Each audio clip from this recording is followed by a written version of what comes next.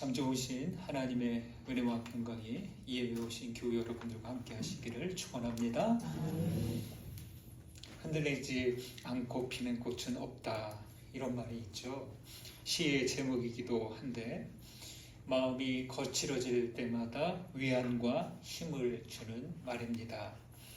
꽃들만 흔들리는 것은 아니죠. 나무도 흔들리면서 가지를 뻗고 또 흔들리는 만큼 뿌리 힘도 강해지게 됩니다.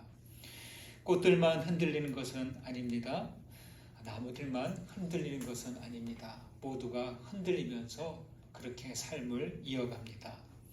된바람이든 산들바람이든 부는 대로 나무와 풀들은 흔들립니다. 대견한 것은요, 그렇게 흔들리면서도 가지를 내고 꽃도 피우고 열매를 채워갑니다. 우리 인생도 여지없이 흔들리고 있습니다. 사람은 무엇이 흔들립니까?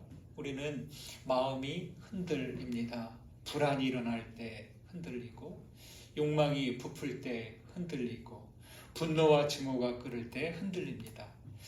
건강에 적신호가 켜지면 흔들리고, 거절감을 당할 때, 좌절과 실패에 부딪힐 때, 또는 예기치 않은 큰 사고를 당하면 흔들립니다. 자라보고 놀란 것은 소뚜껑만 보고도 놀랄 정도인데, 크고 작은 일들 앞에서 여지없이 흔들립니다. 여러분, 마음이 흔들릴 땐 어떻게 해야 마음을 다잡을 수 있을까요? 8월 교회 달력 성화를 보면 지난해 우리가 함께 보았던 렘브란트가 그린 갈릴리 호수 폭풍 속에 그리스도의 그림이 있습니다. 저는 달력을 서재문 앞에 걸어 두었는데요. 볼 때마다 마음을 일깨워 주고 있습니다.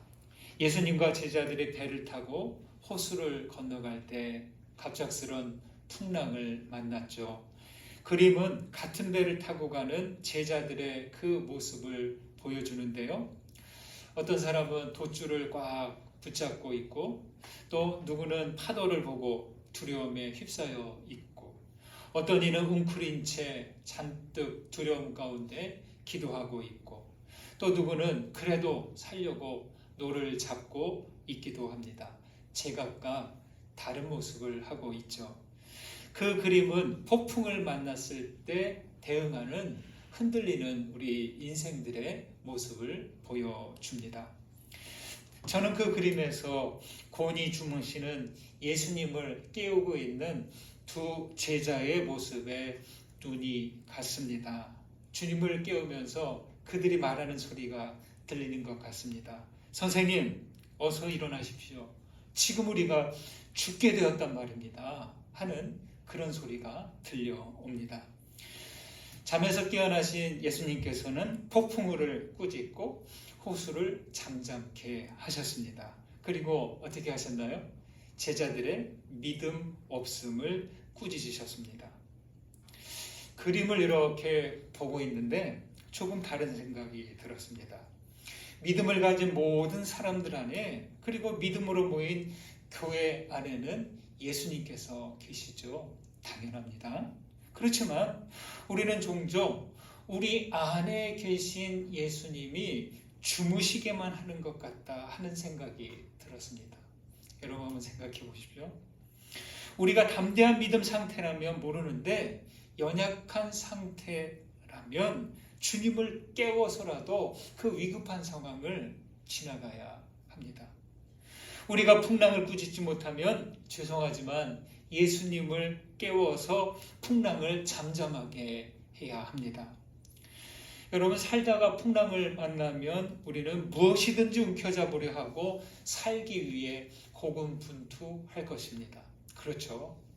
뭐라도 하기는 해야 합니다. 하지만 한 가지는 꼭 해야 합니다. 우리 안에 계신 예수님을 깨워야 합니다. 지혜자이신 주님께 여쭤보아야 하고, 목자이신 주님의 음성에 귀 기울여야 합니다. 길이신 그리스도께 길을 물어야 되고, 생명이신 주님께 우리의 생명을 의탁해야 합니다.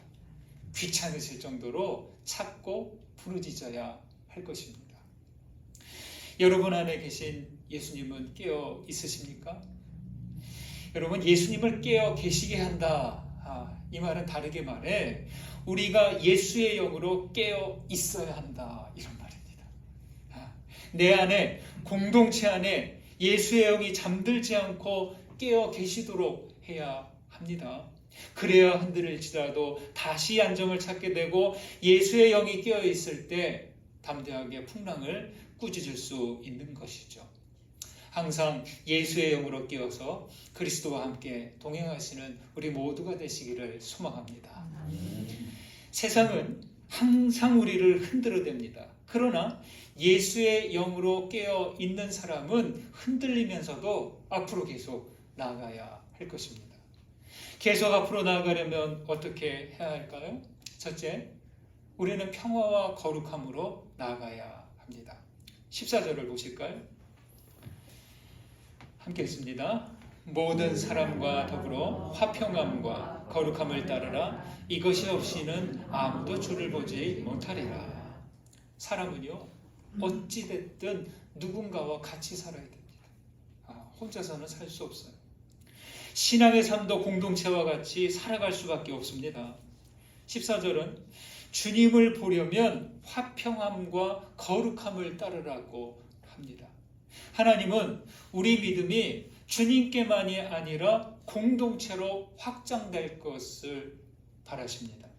하나님을 향한 믿음은 거룩함으로 나타나는 것이고 이웃을 향한 믿음은 평화의 열매가 되어야 된다는 거죠.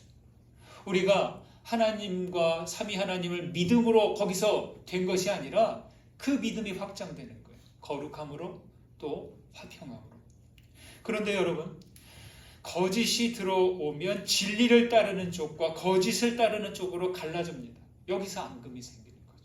세상은 믿음의 사람들을 그대로 놓아두지 않습니다.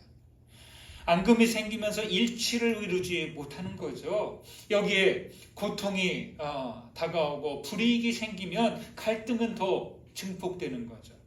하나님을 향한 믿음이 약하면 갈등이 커질수록 평화도 같이 깨어져 버립니다. 평화를 싫어하는 사람은 없어요. 하지만 진리이신 하나님을 중심으로 하지 않는 그 평화는 쉽게 날아가 버리고 말 것입니다.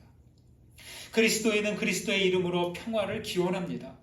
평화는 가장 좋은 최상의 상태이긴 하지만 여러분, 현실은 그렇게 평화롭지 않습니다. 그런 말을 흔히 합니다. 이상은 평화롭지만 현실은 폭력적이라고.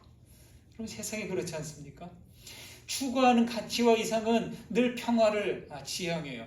그런데 우리가 딛고 사는 이 땅은 아주 치열하게 피를 흘리면서 싸우고 있습니다. 혼란과 불안의 파도가 일렁댑니다. 예전엔 한 지역의 혼란은 그 주변에만 영향을 주고 말았어요. 지금은 어때요? 한 지역에 큰 재난이라든지 전쟁이 일어나면 산을 넘고 바다를 건너서 전 세계가 영향을 받고 있습니다. 보십시오. 지금 러시아가 일으킨 그 전쟁으로 온 누리가 혼란과 고통을 겪고 있습니다. 여러분, 우리 세상은 어째서 평화롭지 못한 상태에 있는 것일까요? 아메리카 원주민의 예언에 이런 말이 있습니다. 당신의 눈동자 속에 있는 빛을 나는 찬양한다. 그 안에 우주 전체가 담겨 있다. 당신 안에 중심에 머물고 나도 내 안에 그 장소에 머물 때 우리는 하나가 될 것이다 라고 말이죠. 당신 안에 중심, 이게 뭐예요? 바로 하나님이시죠. 하나님은 우리 생명과 영혼의 중심이 되세요. 내 안에도 그 중심 되시는 하나님이 있고 여러분 각자 한 분 한 분 그 안에도 중심 되시는 하나님이 계십니다. 자기 중심에 있는 하나님이 진짜 자기죠. 그러나 가짜 자기는 어떨까요? 욕망하고 저항하고 죄에 사로잡힌 자기, 그 중심에 다가서지 않습니다. 하나님으로부터 떨어져 있는 것이죠. 그러니 평화롭지 못한 것입니다. 여러분, 평화를 평화라고 말하면 다 좋은 게 아니에요. 말만 평화 평화 외친다고 해서 평화가 되는 것 아닙니다. 힘에 의한 평화, 팍스 로마나 평화가 아닙니다. 힘으로 돈으로 이룬 제국은 고통만 남기고 패망합니다. 역사가 증명합니다. 고대 중국의 평화사상가 묵자는 양약의 비유로 설명합니다. 양약, 좋은 약 있죠. 여기 양약이 있다고 해요. 그래서 이 약을 1만 명에게 약을 썼는데요. 단 3명만 효험을 봤어요. 좋은 약이라고 할 수 있어요. 그 효험을 본 3사람에게는 좋은 약이야. 일단 자기에게 좋았으니. 그러나 다른 모두에게 고통이 된다면 그건 좋은 약이라고 할 수 없습니다. 그렇듯이 힘으로 이루는 평화가 될 수 없다는 겁니다. 그래서 천하를 통일했던 중국의 진나라 역시 겨우 14년밖에 가지 못했어요. 천하를 통일했다. 힘이 있어야 평화를 이룬다 라고 하지만 겨우 10년 조금 지나서 끝났다는 것입니다. 여러분, 전쟁 앞에 좋다, 정의롭다 이런 수식어 붙일 수 없어요. 평화는 평화이고 전쟁은 전쟁입니다. 평화로 가는 길은 오직 하나, 평화밖에 없습니다. 평화를 바탕으로 하지 않는 종교, 신앙, 평화를 깨는 신앙, 진정한 종교, 참된 신앙 아닙니다. 여러분, 그래서 하나님의 이름으로 전쟁을 일으키는 것, 그거 가짜 종교예요. 그거 가짜 신앙입니다. 여러분, 그것을 받아들이시면 안 됩니다. 사람들은 평화를 너무 거시적으로 이상적으로만 보는 경향이 많습니다. 그러나 평화는 일상에서 행하고 누리는 작은 일부터 시작합니다. 평화 나누기라는 제목의 짧은 글이 있어 소개해드립니다. 일상에서 작은 폭력을 거부하며 사는 것, 세상과 타인을 비판하듯 내 안을 들여다보는 것, 현실에 발을 굳게 딛고 마음의 평화를 키우는 것, 경쟁하지 말고 각자 다른 역할이 있음을 인정하는 것, 일을 더 잘하는 것만이 아니라 더 좋은 사람이 되는 것, 좀 더 친절하고 잘 나누며 인간의 예의를 지키는 것, 반대를 위한 반대가 아니라 삶을 위한 반대를 하는 것, 비록 전쟁의 세상에 살지만 전쟁이 내 안에 살지 않게 하는 것, 폭력 앞에 비폭력으로 그러나 끝까지 저항하면서 따뜻이 평화의 씨앗을 눈물로 심는 것, 어떤가요? 작은 폭력을 거부하고 마음의 평화를 키우고 경쟁하지 않고 더 좋은 사람이 되고 인간의 예의를 지키고 전쟁이 우리 안에 살지 않게 하고 그리고 눈물로 평화의 씨앗을 심어가는 것, 아주 깊은 울림을 주는 말입니다. 여기 히브리서는 말합니다. 화평함과 거룩함 없이는 주님을 못 본다라고 말이죠. 여러분, 마음의 평화를 지키시고 더 좋은 사람으로 거듭나시기를 바랍니다. 그래서 평화와 거룩함으로 주님을 만나게 되시기를 주의 이름으로 축원드립니다. 두 번째, 예수의 영으로 깨어있는 사람은 은혜를 따라가야 됩니다. 오직 은혜입니다. 시작도 은혜, 과정도 은혜, 마지막까지 우리는 은혜를 쫓아가야 합니다. 15절과 22절을 보시겠습니다. 먼저 15절 있습니다.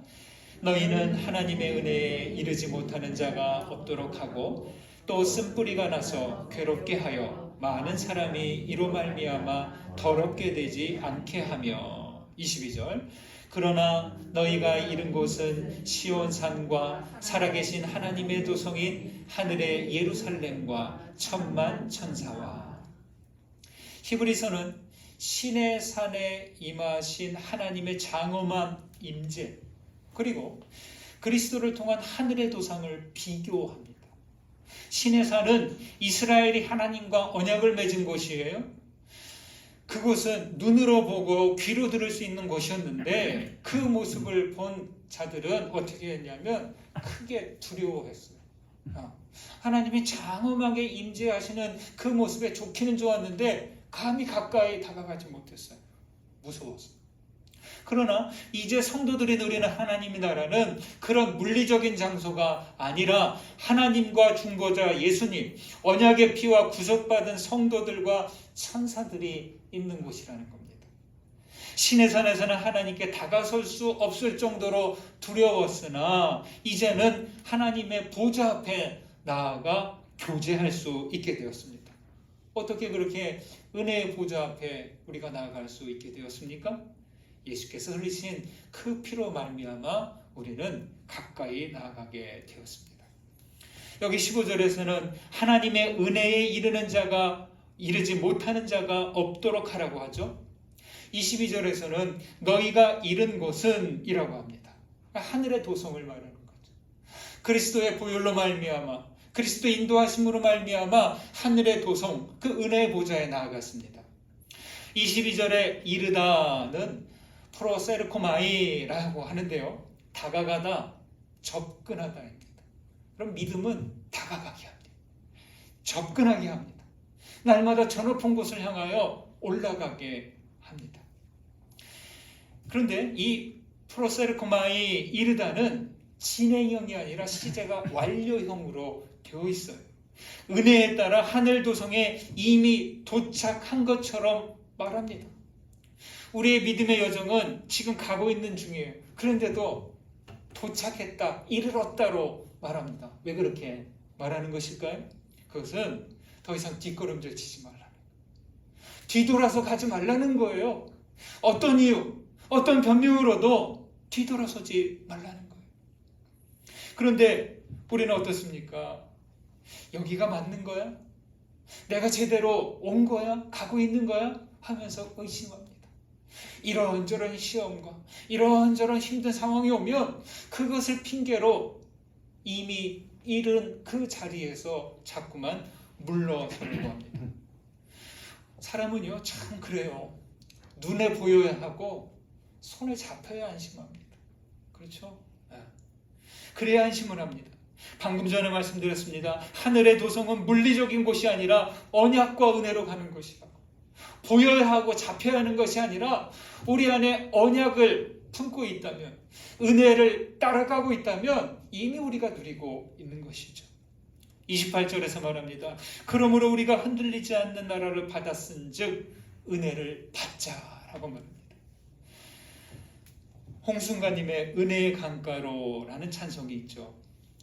내 주의 은혜 강가로 저 십자가의 강가로 내 주의 사랑 있는 곳 내 주의 강가로. 참 이 찬양이 좋아요. 그러면서 홍순가님은 이렇게 이야기합니다. 은혜 속에 산다는 것은 그분이 필요할 때 수도꼭지처럼 틀었다 잠그는 편리함에 있지 않다. 매일 그분의 강물에 들어가 사는 삶이다. 하나님의 원 안에 머무는 삶이다. 이렇게 말이죠. 여러분, 은혜 받는 것이 목적이 아닙니다.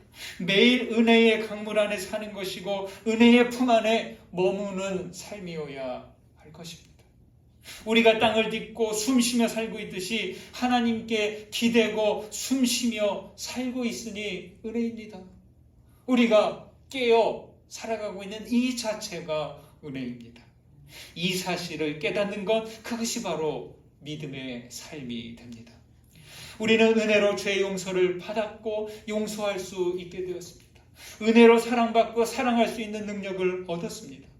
여러분, 공기와 물은 값을 따질 수 없는 소중한 재화죠. 그렇죠? 이 귀중한 것을 값없이 누리고 있는데 함부로 오용하고 남용한 결과 지금 어때요? 기후 생태 재난을 겪고 있습니다. 은혜는요 공기나 물과 같아요. 값없이 주어졌다고 값싸게 사용하면 이것이 우리에게 고통으로 다가오는 것이죠. 나치에 항거하다가 순교한 디트리 보네퍼 목사님은 값싼 은혜는 교회의 숙적이다라고 했습니다. 예수의 생명으로, 예수의 피로 주어진 은혜를 너무너무 값싸게 남용하고 있다는 것이죠. 값싼 은혜는 뭐예요? 예수 그리스도를 따르지 않고 은혜 받는 것에 만족하는 일입니다. 여러분, 물을 없앨 수는 없어요. 그렇죠? 물을 없애지는 못해요. 그런데 물을 오염시키면 못 쓰게 돼요. 하나님의 은혜는 막을 수 없어도 오용하는 것, 남용하는 것, 값싸게 다루면 못 쓰게 되는 거예요. 은혜는 넘쳐나요. 공기처럼, 물처럼. 그러나 함부로 쓰면 이것은 제대로 적용되지 못합니다. 그러면 값비싼 은혜는 뭘까요? 보내보는 고통 곁에서 떠나지 않는 것이래요. 고통 곁으로 다가가는 삶을 값비싼 은혜라는 거죠. 좀 더 다르게 말하면 고통이 다가올 때 회피하지 않는 것, 이게 바로 은혜 받은 자의 삶이 됩니다. 예수님은 분명히 말씀했죠. 누구든지 나를 따르려거든 자기를 부인하고 자기 십자가를 지고 나를 따를 것이니라, 이렇게 말했죠. 여러분, 받은 은혜가 여러분에게 참 귀중한 은혜가 되기를 소망합니다. 고통을 회피하지 말고 자기 십자가를 지고 하나님의 은혜에 이르시기를 간절히 소망합니다. 예수의 영으로 깨어있는 사람은 첫 번째는 평화와 거룩함을 따라가야 되고, 두 번째는 은혜를 따라갑니다. 세 번째로 예수의 영으로 깨어있는 사람은 흔들리지 않는 나라를 받습니다. 28절 보실까요? 28절, 29절에 있습니다. 그러므로 우리가 흔들리지 않는 나라를 받았은즉 은혜를 받자. 이로 말미암아 경건함과 두려움으로 하나님을 기쁘시게 섬길지니 우리 하나님은 소멸하는 불이시니라. 하나님의 나라, 은혜로 가는 나라는 흔들리지 않아요. 근데 흔들리는 것처럼 느껴져요. 왜 그래? 내가 흔들리기 때문에. 사람이 흔들리면, 내가 흔들리면 다른 게 다 흔들리는 것처럼 그렇게 감각이 돼요. 하나님의 나라는 흔들리지 않습니다. 왜요? 하나님께서 흔들리지 않으시기 때문입니다. 왜 인생들이 흔들립니까? 은혜의 나라에 제대로 고정되지 않아서이죠. 하루는 어떻게든 지나가요. 내일은 어김없이 다가옵니다. 그런데 매일 다가오고 지나가는 날들을 흔들림 없이 어떻게 계속 이어갈 수 있을까요? 여러분, 은혜를 채우는 길밖에 없습니다. 우리 교회에 파라솔이 있어요. 그 넓은 파라솔 탁 펴면 늘 혹시 바람 불면 넘어지는 거 아니야? 이런 생각이 들어요. 근데 넘어지지 않습니다. 왜냐하면 그 아래쪽 납작한 플라스틱 통에 물을 가득 채워냈기 때문이죠. 그래서 그 파라솔은 넘어가지 않습니다. 우리도 세상의 그 거센 바람에 넘어가지 않으려면, 흔들리지 않으려면 은혜를 채워놓아야 됩니다. 관계에서도 은혜를 채워야 되고 하나님과 우리 사이에서 은혜가 채워져 있어야 합니다. 먼 여행을 가려면 잠잘 곳, 먹을 곳이 있어야 하듯이 인생 여정도 은혜와 감사의 자리에서 먹고 쉬어야 됩니다. 내 생활이 흔들려도 하나님은 흔들리지 않습니다. 그러니까 하나님의 손을 붙드는 거죠. 여러분, 정말 하나님의 손을 놓으시면 안 됩니다. 주님 손 붙들고 있다면 흔들려도 떨어져 나가지는 않을 것이기 때문입니다. 경운기가 보급되기 전에 농촌에서는 집집마다 뭘 키웠죠? 소를 키웠죠. 혹시 소를 키워보신 분 계신가요? 우리 조경진 선생님 소 좀 키워보셨죠? 힘쓰는 농사일에는 이 소가 없으면 안 돼요. 그래서 저희 시골 조부모님 댁에도 소를 키웠는데 대문을 딱 들어가면 바로 옆이 외양간이에요. 항상 이 소의 움직임과 소의 뭐 이렇게 우는 소리, 하여튼 그게 들리는 집이었습니다. 그리고 항상 그 시골집에 가면 이 쇠죽 끓이는 냄새가 났어요. 우리 할아버님과 우리 막내 숙부님께서 쇠죽을 끓이기 위해서 그 마른 볏짚을 그 작두에다 넣고 이렇게 써는 일도 하시는 것도 많이 보았습니다.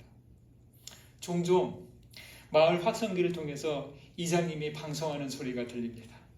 누구네 집 소가 도망을 갔다고, 보시는 분들 있으면 좀 연락을 좀 해달라고 그런 내용이죠. 나중에 아니 어떻게 하다가 그 집은 그 소가 이렇게 도망갔냐고 하면 줄을 묶어둔 것 같은데 그게 자기도 모르게 풀렸다고. 그렇죠. 소는 웬만하면 도망가지 않는데 풀린 상태에서 뭐가 깜짝 놀라면 그냥 놀라면서 그냥 뛰쳐나가는 게 소입니다. 예전에 소를 키우시는 분들은 소를 들판에 데리고 나서 풀을 뜯게 합니다. 그러나 그냥 이렇게 목장처럼 방목하는 게 아니라 거기에다가 이렇게 어딘가에다가 좀 그 줄을 좀 묶어놔야 돼요. 아니면 이제 소가 도망가니까.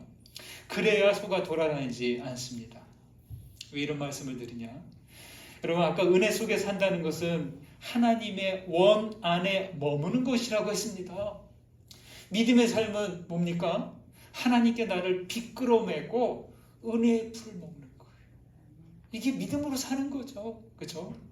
비끄러매지 않으면 유혹받고 낙심할 때 상처받을 때 어디론가 뛰쳐나가 버리고 말기 때문이죠. 여러분의 믿음줄 잘 묶여 있으십니까? 여러분 흔들리지 않는 나라는 어떤 나라일까요?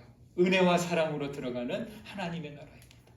언약과 부활로 일어서는 나라입니다. 흔들리지 않는 그 나라를 받았으니 계속 나아가고자 한다면 은혜를 따라 나아가시기 바랍니다. 자전거를 타보니까요 중요한 교훈을 몸으로 체험합니다. 간단합니다. 자전거는 페달을 돌려야 앞으로 나갑니다. 페달을 돌리는 만큼 넘어지지 않고 앞으로 갑니다. 그러나 힘들다고 이 페달 구르기를 멈추면 그 순간부터 넘어지는 거예요. 더 이상 앞으로 나가지 못하는 겁니다. 흔들리지 않는 나라로 가려고 한다면 은혜의 페달 계속 돌려야 할 것입니다. 우리 인생은 풀처럼 흔들립니다. 흔들림에 취약한 게 인생입니다. 그래서 흔들리지 않는 무언가를 꼭 붙잡고 있어야 합니다. 우리 삶을 뒤흔드는 그 일들 예고 없이 옵니다. 어떻게 할까요? 자세를 흐트러뜨리지 말고 믿음의 손잡이 꼭 붙잡아야 합니다. 그렇지 않으면 갑자기 다가오는 충격에 우리는 곤두박질 치고 마는 것이죠. 예수님께서는 내가 세상 끝날까지 너희와 함께 하겠다고 말씀하셨습니다. 이 말씀은 뭐예요? 내가 세상 끝날 때까지 너희 손을 놓지 않겠다. 세상 끝날까지 너희를 꼭 붙잡고 있겠다. 이러한 말씀이죠. 시편 62편 기자가 노래합니다. 나의 영혼이 잠잠히 하나님만 바라며 나의 구원이 그에게서 나오는도다. 오직 그만이 나의 반석이시요 나의 구원이시요 나의 요새이시니 내가 크게 흔들리지 아니하리로다. 여러분 하나님 아닌 것들을 붙잡고 있으면 안전할까요? 하나님만이 영원한 안전을 보장해 주십니다. 잠잠히 하나님만 바라고 예수의 영으로 깨어 계시기를 바랍니다. 우리는 흔들리지 않는 나라를 받았습니다. 오늘도 평화와 거룩함과 은혜를 따라 계속 앞으로 나아가시기를 주님의 이름으로 축원드립니다. 받은 은혜 생각하면서 거듭의 기도 드리시겠습니다.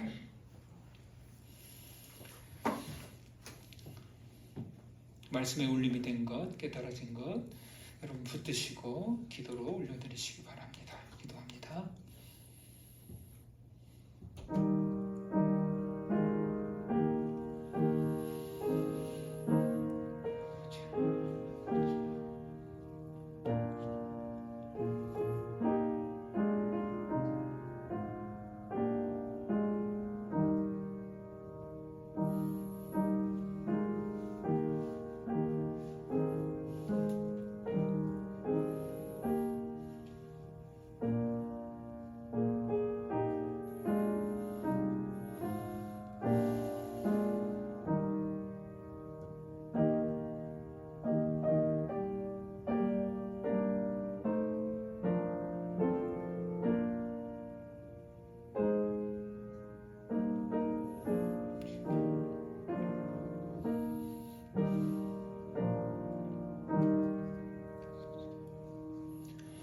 하나님, 우리가 붙잡고 있는 것들 가운데 하나님 아닌 것들을 내려놓게 하옵소서.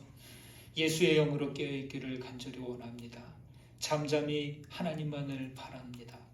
흔들리지 않는 나라를 우리에게 허락하셨으니 평화와 거룩함과 그 은혜를 따라 이루도록 끝까지 인도해 주옵소서. 예수님의 이름으로 기도드립니다. 아멘.